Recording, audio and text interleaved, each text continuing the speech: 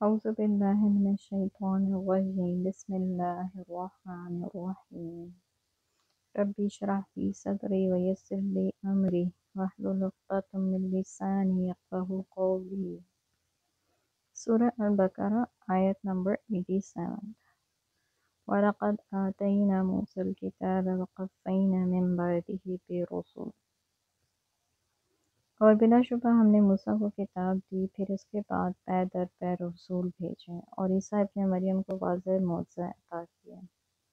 اور روح القدس سے ان کی تائید کی۔ پھر جب بھی کوئی رسول کوئی ایسی چیز لایا جو تمہاری خواہش کے خلاف تھی تو تم اکڑ بیٹھے۔ رسولوں کا ایک گروہ ایسا تھا جسے تم نے جھٹلا دیا، اور ایک گروہ کو تم نے قتل کر ڈالا۔ ان کی طرف جو بھی نبی مبعوث کیے گئے تھے جن کا نام قرآن میں آیا ہے، وہ یہ ہیں: ہارون علیہ السلام، ذوالکفل، الیاس، الیسی، داؤد، سلیمان، لقمان، عزیز، یونس، زکریا، یحییٰ اور عیسیٰ علیہ السلام۔ عیسیٰ علیہ السلام اللہ کے حکم سے مردوں کو زندہ کرتے تھے، کوڑی اور اندھے کو فقط ہاتھ لگا کر تندرست کر دیتے تھے، مٹی کا پرندہ بنا کر اس میں پھونک مارتے تو وہ اڑنے لگتا تھا، اور آپ لوگوں کو یہ بھی بتا دیتے تھے کہ وہ کیا کچھ کھا کر آئے ہیں اور کیا کچھ گھر میں چھوڑ کر آئے ہیں، اور ان تمام کاموں میں روح القدس یعنی جبرائیل علیہ السلام کی تائید آپ کے شامل حال رہتی تھی۔ جیسے ان لوگوں نے سیدنا عیسیٰ علیہ السلام کو بھی جھٹلایا، اور رسول اللہ صلی اللہ علیہ وسلم کو بھی، اور زکریا علیہ السلام اور یحییٰ علیہ السلام کو قتل کر دیا۔ سیدنا عیسیٰ علیہ السلام کو مروا ڈالنے کے در پہ ہو چکے تھے، مگر اللہ تعالیٰ نے اپنی خاص مہربانی سے انہیں اوپر اپنے ہاں اٹھا دیا۔ وَقَالُوا قُلُوبُنَا غُلْفٌ، اور یہود یہ کہتے ہیں کہ ان کے دل غلافوں میں محفوظ ہیں، جن میں کوئی نئی بات داخل نہیں ہو سکتی۔ بات یوں نہیں ہے، بلکہ اللہ تعالیٰ نے ان کے کفر کی وجہ سے ان پر لعنت کر دی ہے، لہٰذا ان میں سے تھوڑے ہی ایمان لاتے ہیں۔ انسان کی یہ عادت ہے کہ وہ اپنی بری صفات کو بھی خوبصورت بنا کر دکھانے کی کوشش کرتا ہے، اور حقیقت کا اعتراف کر لینا اس کے لیے بہت مشکل ہوتا ہے، الا ماشاء اللہ۔ یہی حالت یہودیوں کی تھی، وہ دین اسلام کو برحق سمجھ لینے کے باوجود اسے قبول تو اس لیے نہیں کرتے تھے کہ اس طرح ان کا مذہب خطرے میں پڑ جاتا تھا بلکہ چھن جاتا تھا، مگر بظاہر اسے یوں پیش کرتے تھے کہ ہمارے قائد اتنے مضبوط ہیں کہ وہ کوئی نیا عقیدہ قبول نہیں کر سکتے۔ اللہ تعالیٰ نے ان کے اس فریب کو کھولتے ہوئے فرمایا، بات یوں نہیں بلکہ یہ اپنے کفر اور ہٹ درمی کی وجہ سے ملعون بن چکے ہیں، یعنی لعنت زدہ ہیں، اور یہ اس لعنت کا اثر ہے کہ ان کے دل حق بات کو قبول نہیں کرتے۔ جیسے عبداللہ بن سلام اور ان کے عقیدت مندوں کی جماعت، اور بعض علماء قلیلاً ما یؤمنون کا ترجمہ یہ کرتے ہیں کہ وہ اللہ کی کتاب تورات میں سے بہت تھوڑی باتوں پر ایمان لاتے تھے اور اکثر احکام کا انکار کر دیتے تھے۔ جب وہ اپنی کتاب پر ایمان نہیں لاتے تھے تو انہوں نے قرآن پر کہاں سے ایمان لانا تھا؟ وَلَمَّا جَاءَهُمْ كِتَابٌ مِّنْ عِندِ اللَّهِ مُصَدِّقٌ لِّمَا مَعَهُمْ، اور جب ان کے پاس اللہ کی طرف سے ایسی کتاب آ گئی جو اس کتاب کی بھی تصدیق کرتی ہے جو ان یہود کے پاس ہے، اور اس سے بیشتر وہ کفار کے مقابلے میں آنے والی نبی کے ذریعے سے فتح اور نصرت کی دعائیں مانگا کرتے تھے، تو جب ان کے پاس وہ چیز یعنی کتاب اور رسول آ گئے جسے انہوں نے پہچان بھی لیا تو اس کا انکار کر دیا۔ سو ایسے کافروں پر اللہ کی لعنت ہے۔ یعنی رسول اللہ صلی اللہ علیہ وسلم کی بعثت سے قبل یہی یہود جب عرب قبائل سے جنہیں یہ لوگ حقارت سے امی اور اجڑ سمجھتے تھے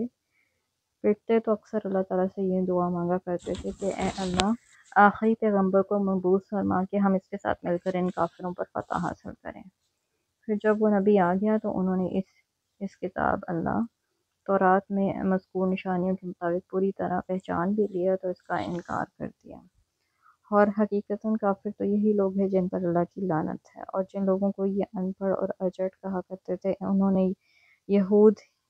یہود ہی سے سنی ہوئی باتوں کے مطابق نبی صلی اللہ علیہ وسلم پر ایمان لانے میں سبقت کی تھی۔ بئس ما اشتروا به أنفسهم أن يكفروا بما أنزل الله بغيا أن ينزل الله من فضله على من يشاء من عباده۔ کیسی بری چیز ہے جس کی خاطر انہوں نے اپنے آپ کو پیش ڈالا، اور وہ بری چیز یہ ہے کہ وہ محض عزت اور حسد کی بنا پر اللہ کی نازل کردہ ہدایت کو قبول کرنے سے انکار کرتے ہیں کہ اللہ نے اپنے فضل سے اپنے جس بندے کو خود چاہا اس پر نازل کر دیا، لہٰذا اب یہ اللہ کے غضب کے مستحق ہو گئے، اور ایسے کافروں کو ذلت کا عذاب ہوگا۔ ان یہود کے بعض عناد کی اصل وجہ یہ تھی، بغض اور عناد کی، کہ نبی صلی اللہ علیہ وسلم ان کی قوم سے کیوں نہیں آئے اور اس قوم میں کیوں پیدا ہو گئے جسے یہ ان پڑھ اور اپنے سے حقیر تر سمجھتے تھے۔ اللہ تعالیٰ نے اس کا یہ جواب دیا کہ اللہ تعالیٰ اپنے کاموں کی حکمتیں خود بہتر جانتا ہے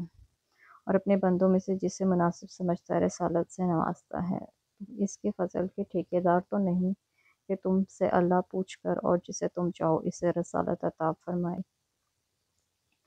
یہود کے جرائم کی فہرست تو بہت طویل ہے، جن میں سے سر فہرست ایک نبی صلی اللہ علیہ وسلم کی موجودگی میں نبیوں کی موجودگی میں بچھڑے کی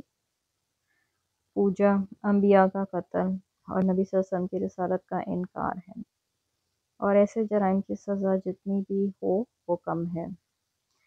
اس آیت سے یہ بھی معلوم ہوتا ہے کہ ہر عذاب ذلت کے لیے نہیں ہوتا، بلکہ گناہ گار مسلمان کو جو عذاب ہوگا وہ انہیں گناہوں سے پاک کرنے کے لیے ہو، ذلیل اور رسوا کرنے کے لیے نہیں ہوگا۔ البتہ کافروں کو جو عذاب دیا جائے گا وہ ان کو ذلیل کرنے کے لیے اور رسوا کرنے کے لیے ہوگا، ان کی رسوائی کے لیے ہوگا۔ وَإِذَا قِيلَ لَهُمْ آمِنُوا بِمَا أَنزَلَ اللَّهُ قَالُوا نُؤْمِنُ بِمَا أُنزِلَ إِلَيْنَا وَيَكْفُرُونَ بِمَا وَرَاءَهُ۔ اور جب ان سے کہا جاتا ہے کہ اللہ نے جو کتاب اتاری ہے اس پر ایمان لاؤ تو کہتے ہیں ہم تو اسی پر ایمان لاتے ہیں جو ہم پر نازل ہوئی تھی، اور جو کچھ اس تورات کے علاوہ ہے اس سے وہ نہیں مانتے، حالانکہ وہ قرآن برحق ہے اور جو تورات کی بھی تصدیق کرتا ہے جو ان کے پاس ہے۔ اے پیغمبر صلی اللہ علیہ وسلم، آپ ان سے پوچھئے اگر تم اپنی ہی کتاب پر ایمان لانے والے ہو تو اس سے پہلے اللہ کے نبیوں کو کیوں قتل کرتے رہے ہو؟ یہود اپنے قول کے مطابق انجیل اور قرآن پر تو اس لیے ایمان نہیں لائے تھے کہ یہ کتابیں ان کی طرف نازل نہیں ہوئیں۔ اب سوال یہ ہے کہ اگر تم تورات پر ایمان لاتے ہو تو تورات میں کہیں یہ لکھا ہوا ہے کہ اگر کوئی ایسا نبی آئے جو تورات کی تصدیق کرتا ہو اور تورات ہی کے مطابق تمہاری رہنمائی کرتا ہو تو تم اسے قتل کر سکتے ہو؟ اگر یہ بات نہیں تو اس کا مطلب یہ ہوا کہ تمہارا تورات پر بھی ایمان نہیں، لہٰذا ہر لحاظ سے تم بے ایمان اور کافر ہو۔ وَلَقَدْ جَاءَكُم مُوسَىٰ بِالْبَيِّنَاتِ ثُمَّ اتَّخَذْتُمُ الْعِجْلَ مِن بَعْدِهِ وَأَنْتُمْ ظَالِمُونَ۔ تمہارے پاس موسیٰ کیسے واضح معجزے لے کر آئے تھے، پھر تم نے ان کی عدم موجودگی میں بچڑے کو معبود بنا ڈالا اور تم تو ہو ہی ظالم۔ یہ واضح معجزات صرف موسیٰ علیہ السلام کا عصا اور ید بیضاء ہی نہ تھا بلکہ دوسرے معجزات بھی تھے، جیسے سمندر کا پھٹ جانا اور فرعون کا غرق ہونا، چٹان سے 12 چشموں کا پھوٹ جانا، جنگل میں من و سلویٰ کا نازل ہونا۔ اتنے واضح معجزات دیکھنے کے بعد بھی تم اللہ پر ایمان نہیں لاتے، اور موسیٰ کی غیر حاضری میں تمہیں تھوڑا سا موقع ملا تو فوراً سے بچھڑے کی پوجا شروع کر دی۔ اس سے بڑھ کر اور کیا ظلم ہو سکتا ہے؟ وَإِذْ أَخَذْنَا مِيثَاقَكُمْ وَرَفَعْنَا فَوْقَكُمُ الطُّورَ۔ اور وہ واقعہ بھی یاد کرو جب ہم نے طور پہاڑ کو تمہارے اوپر اٹھا کر تم سے اقرار لیا اور حکم دیا تھا کہ جو کتاب تمہیں دی جا رہی ہے اس پر مضبوطی سے عمل پیرا ہونا اور اس کے کام غور سے سننا۔ تو تم کہنے لگے کہ ہم نے یہ حکم سن لیا اور دل میں کہا ہم مانیں گے نہیں۔ ان کی اسی کفر کی وجہ سے بچڑے کی محبت ان کے دلوں میں ڈال دی گئی تھی۔ آپ ان سے کہیے کہ اگر تم مومن ہو تو تمہارا یہ ایمان تمہیں کیسی بری باتوں کا حکم دیتا ہے؟ یعنی جب تم سے تمہارے سروں پر طور پہاڑ کو جھکا کر تورات کے کام پر عہد لیا جا رہا تھا، جس کا پہلا اور بنیادی حکم یہی تھا کہ تم اللہ کے سوا کسی دوسرے کی عبادت نہ کرو گے اور نہ کسی کو اللہ کا شریک بناؤ گے، تو تمہارے لوگوں نے کہا کہ ہم نے یہ احکام سن لیا ہے۔ اس وقت بھی تمہارے دل میں چور موجود تھا، کیونکہ بچڑے کی پوجا کے جراثیم تمہارے دلوں میں موجود تھے، اور تم نے تورات کے احکام کو دل سے قطعاً تسلیم نہیں کیا تھا۔ یعنی ایمان کا تقاضا تو یہ ہوتا ہے کہ انسان مشرکانہ اعمال اور عقائد کو چھوڑ کر نیکی بھلائی کے کاموں کی طرف سبقت کرے، مگر تمہارے یہ ایمان کس قسم کا ایمان ہے جو شرکیہ کام، بد عہدیاں اور نافرمانیوں کی طرف لے جاتا ہے۔ تمہارے پچھلے لوگوں نے بھی یہی کچھ کیا اور تم بھی اسی ڈگر پر چل رہے ہو۔ قُلْ إِنْ كَانَتْ لَكُمْ دَارُ الْآخِرَةِ عِنْدَ اللَّهِ خَالِصَةً مِنْ دُونِ النَّاسِ فَتَمَنَّوُا الْمَوْتَ إِنْ كُنْتُمْ صَادِقِينَ۔ آپ ان یہود سے کہیے کہ اگر آخرت کا گھر دوسرے تمام لوگوں کو چھوڑ کر صرف تمہارے لیے مخصوص ہے اور اگر تم اپنے دعوے میں سچے ہو تو پھر مرنے کی آرزو کرو۔ یہ یہود کی دنیا سے محبت پر ایک نہایت عمدہ آزمائش ہے، کیونکہ جن لوگوں کو آخرت سے لگاؤ ہوتا ہے وہ دنیا پر اس قدر رجے ہوئے نہیں ہوتے کہ اور نہ ہی وہ موت سے ڈرتے ہیں، مگر یہودیوں کا حال اس کے برعکس تھا اور ہے بھی ابھی بھی۔ اللہ تعالیٰ نے اس دلیل سے یہود کے اس غلط دعوے کا رد فرمایا جو وہ کہتے تھے کہ آخرت کا گھر ہمارے لیے ہی مخصوص ہے۔ وَلَن يَتَمَنَّهُ أَبَدًا بِمَا قَدَّمَتْ أَيْدِيهِمْ وَاللَّهُ عَلِيمٌ بِالظَّالِمِينَ۔ لیکن یہ لوگ ایسی آرزو کبھی نہیں کریں گے۔ وجہ یہ ہے کہ جو گناہوں کے کام انہوں نے وہاں کے لیے آگے بھیجے ہوئے ہیں ان کا انہیں علم ہے، اور اللہ تو ایسے ظالموں کو خوب جانتا ہے۔ یعنی وہ موت کی تمنا کبھی بھی نہیں کریں گے۔ ان کو تو دنیا سے اتنا لگاؤ ہے، دنیا سے اتنی محبت ہے ان کے دلوں میں، وہ تو چاہیں گے کہ ہمیں 1000 سال عمر دی جائے۔ وَلَتَجِدَنَّ أَحْرَصَ النَّاسِ عَلَىٰ حَيَاةٍ وَمِنَ الَّذِينَ أَشْرَكُوا۔ اور حقیقت حال تو اس کے بالکل برعکس ہے، آپ انہیں زندہ رہنے کے لیے سب لوگوں سے زیادہ حریص پائیں گے، لالچی پائیں گے، اور ان لوگوں سے بھی زیادہ حریص ہیں جو مشرک ہیں، یعنی مشرک بھی ان سے کم حریص ہیں۔ ان میں سے تو ہر شخص یہ چاہتا ہے کہ اسے 1000 سال عمر ملے، اگر اسے اتنی عمر مل بھی جائے تو وہ اس عذاب سے تو نہیں بچا سکتی، اور اللہ خوب دیکھنے والا ہے جو کام وہ کر رہے ہیں۔ مشرکین نہ آخرت کے قائل تھے، نہ عذاب اور ثواب کے، اور نہ جنت اور دوزخ کے، لہٰذا ان کو مرنے کے بعد کوئی خطرہ نظر نہیں آتا تھا، جبکہ یہود روز جزا کے قائل تھے اور اپنی بد کرداریوں کا حال بھی انہیں خوب معلوم تھا، لہٰذا وہ دنیا میں زندہ رہنے کے لیے مشرکوں کی نسبت بہت زیادہ حریص تھے۔ اور آیت حیات کے لفظ سے یہ معلوم ہوتا ہے کہ یہود کو بس دنیا کی زندگی کی ہوس تھی، وہ زندگی خواہ عزت کی ہو یا ذلت کی، اس سے انہیں کچھ فرض نہیں ہے،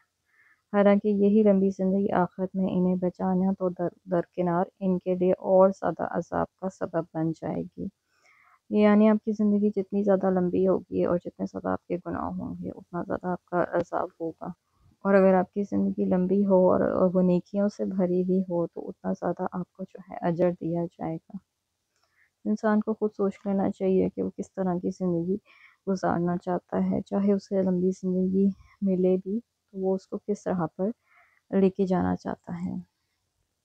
وآخر دعوانا ان الحمد للہ رب العالمین۔ سبحانک اللہم و بحمدک، استغفرک و اتوب الیک۔